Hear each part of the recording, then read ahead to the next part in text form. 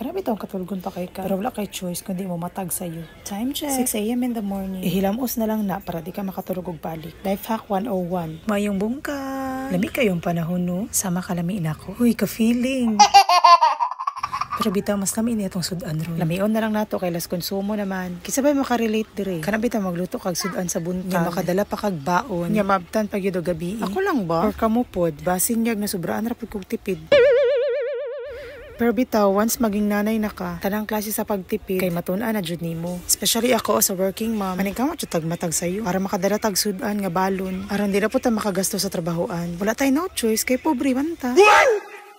Anyways, isa day sa akong purpose guys. Ang gina-vlog na ko akong pagluto is makashare og idea. Especially to those individual nga let's say medyo ga-struggle magluto. Actually, dali lang gyud kayo magluto guys. Just know the ingredients and the step by the step. Tapos tansya-tansya lang gyud sa lasa. About food sa taste, it depends on you. Walay makabuot. Kaya kung nay magbuot, pwede mo kaon. Aw.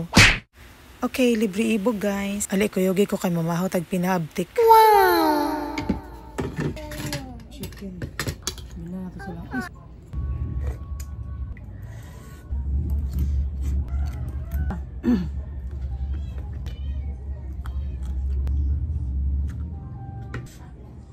Unta na mo natunan sa akong video no. Thank you for watching. See you. Bye-bye.